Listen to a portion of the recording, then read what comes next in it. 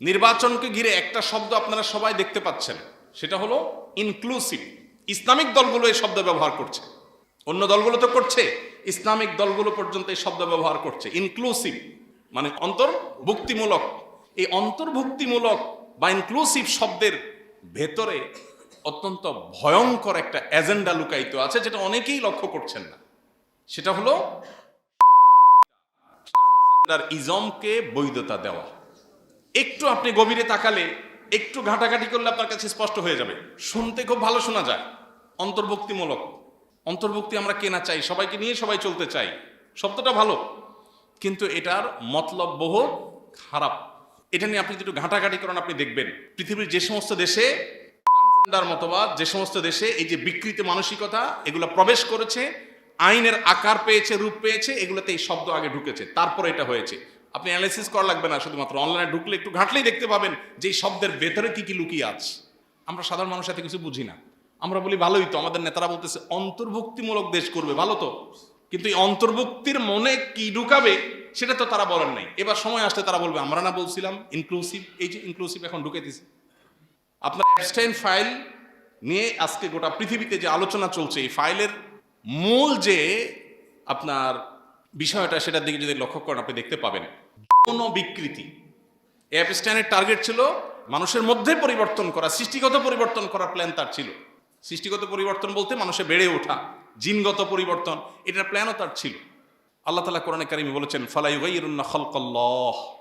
শয়তানের শপথগুলোর মধ্যে একটা হলো শয়তান আল্লাহর সৃষ্টিতে পরিবর্তন চায়, নারীকে পুরুষ, পুরুষকে নারী করা, এটা বিকৃতি, এটা আল্লাহর সৃষ্টিতে পরিবর্তন করা।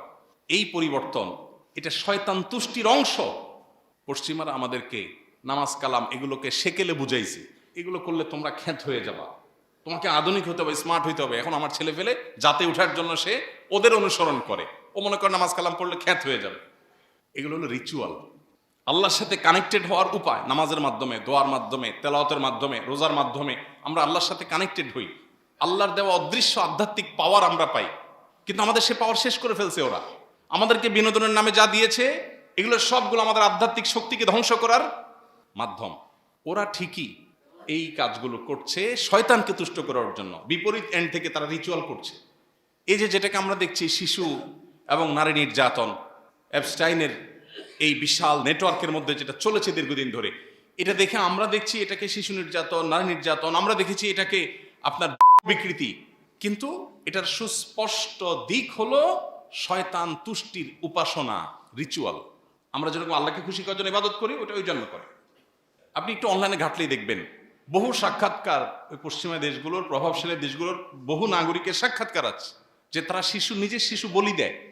এই যে জুলুম, আমরা যেরকম পশু কোরবানি করে আল্লাহর সন্তুষ্টি চাই, ওরা শয়তানের সন্তুষ্টি ওইটার মাধ্যমে চায়, ওদের রিচুয়াল করে ওরা অগ্রসর হতে চায়। এই দেশের কৃষ্টি, কালচার, শিক্ষা, সভ্যতা, সংস্কৃতিকে ভিনদেশীরা নানাভাবে আরোপ করে। কেন আরোপ করে? কারণ আর্থিকভাবে, অর্থনৈতিকভাবে আমরা দুর্বল, গরিব দেশ। আমাদেরকে দেয় লোন, আমরা ব্রিজ করব, রাস্তাঘাট করব, অবকাঠামো উন্নয়ন করব। বিদেশি শক্তিগুলো আমাদেরকে লোন দেয়, আর লোনের সাথে 10টা শর্ত দেয়, যেই শর্তের সাথে লোনের কোনো সম্পর্ক নেই। লোন রিলেটেড শর্ত থাকলেও একটা বিষয় হয়। লোন দেয় রাস্তাঘাট, কালভার্টের জন্য, শর্ত দেয় যে তুমি এখানে নারী স্বাধীনতার নামে এই কাম করবা। এর সাথে রাস্তাঘাটে কি সম্পর্ক?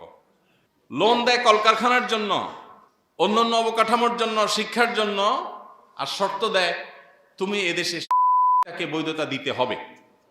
রাজনৈতিক দলগুলোর ঘাড়ের উপর ভর করে, নেতাদের উপরে ভর করে বিদেশি শক্তিগুলো আমাদের অর্থনৈতিক দুর্বলতাকে পুঁজি করে তারা আমাদের সমাজে নানা অপসংস্কৃতি, অপকালচার, শয়তানের অনেক রিচুয়াল, এগুলো আমাদেরকে সংস্কৃতির নামে, শিক্ষার নামে ঢুকায় দিচ্ছে। এটা যেন তারা না করেন, আল্লাহকে যেন তারা ভয় করেন, এটা তাদের প্রতি দত্ত আহ্বান। আর আমাদের দায়িত্বশীলতার জায়গা হলো আমরা চোখ কান খোলা রাখা। আমাদের দিন, আমাদের ইমান, আমাদের আইডেন্টিটি, আমাদের নিজস্ব কৃষ্টি, কালচার, সভ্যতা, সংস্কৃতির বিরুদ্ধে ভিনদেশি কোনো কিছু যেন কেউ চাপিয়ে দিতে না পারে, আমাদেরকে সজাগ থাকতে হবে। একজন মুসলমান হিসাবে ভোটার হন কিংবা প্রার্থী, আপনার জীবনে স্বপ্ন থাকতে হবে আল্লাহর বিধিবিধান দ্বারা আপনি শাসিত হবেন, আল্লাহর বিধিবিধান দ্বারা আপনি পরিচালিত হবেন, আল্লাহর বিধিবিধানকে শুধু মসজিদে নয় সর্বত্র প্রতিষ্ঠিত করবেন, এই স্বপ্ন আপনার অন্তরে আপনার চিন্তায় থাকতে হবে। যদি এটা না থাকে তাহলে কিয়ামতের দিন অনেক বড় প্রশ্নের মুখোমুখি হওয়ার সুযোগ আছে। আল্লাহ যদি জিজ্ঞাসা করেন, বান্দা নামাজ পড়ার সময় ফরজ, নফল, সুন্নত, ওয়াজিব এগুলা খুঁজছিলা, বাট মসজিদের বাইরে যে তোমার জীবন আছে, সে সামগ্রিক জীবনে তুমি আমার আদেশ নিষেধ এটা কি মাথায় একবার তোমার এসেছিল? একবারও তুমি জিজ্ঞাসা করেছিলে? তাহলে কি আমার দিনটা কি তোমার অপরিপূর্ণ মনে হয়েছে? আতুমিনুনা বিবাদিল কিতাবি ওয়া তাকফুরুনা বিবাদ, কোরআনের কিছু অংশকে মেনে আর কিছু অংশকে তুমি অন্য ইজম আর মতবাদের অনুসরণ করবার সিদ্ধান্ত গ্রহণ করেছিল, কুফরি করেছিলে। অতএব যারা নেতৃবৃন্দ আছেন, সীমাবদ্ধতার বিষয়গুলো আমরা জানি বিশ্ব বাস্তবতা, আমাদের দেশের সার্বিক পরিবেশ পরিস্থিতি, মানুষের মন মানসিকতা সব মিলিয়ে আমরা অনেক ভালো চাই, পারি না। কিন্তু স্বপ্ন থাকতে হবে, ইচ্ছা থাকতে হবে যে আল্লাহ, আমি একজন মুসলমান হিসাবে তোমার কালাম, তোমার নবীর রেখে যাওয়া আদর্শ, পৃথিবীর সমস্ত আদর্শের উপরে এটা অবস্থান, সকল মতবাদের উপরে এটা অবস্থান।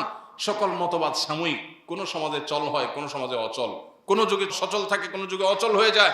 এটা কিয়ামত পর্যন্ত সচল স্টাবলিশ করতে পারছি না, প্রয়োগ করতে পারছি না। আমাদের দুর্বলতা, আমাদের ত্রুটি, আমাদের সীমাবদ্ধতা, আমাদের ইমানের দুর্বলতা।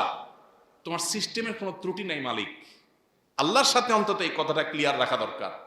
বিভিন্ন মানুষের তৈরি বাদ, মতবাদ, এগুলো আমাদের মনে, মস্তিষ্কে, মগজে এমনভাবে গেঁথে গেছে, এগুলোকে আমরা নির্বিকল্প মনে করে বসে আছি, অথচ এগুলো কোথাও শান্তি দিতে পারছে না।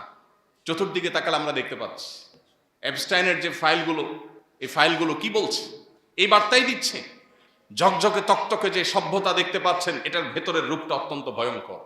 কারণ আল্লাহর কাছে আনুগত্য পরিপূর্ণভাবে না করলে এখানে শান্তির কোনো পথ নাই। এই জন্য আমাদের নেতৃবৃন্দকে আল্লাহ তাআলা আল্লাহর পরিপূর্ণ গোলামি করার তৌফিক দান করুন।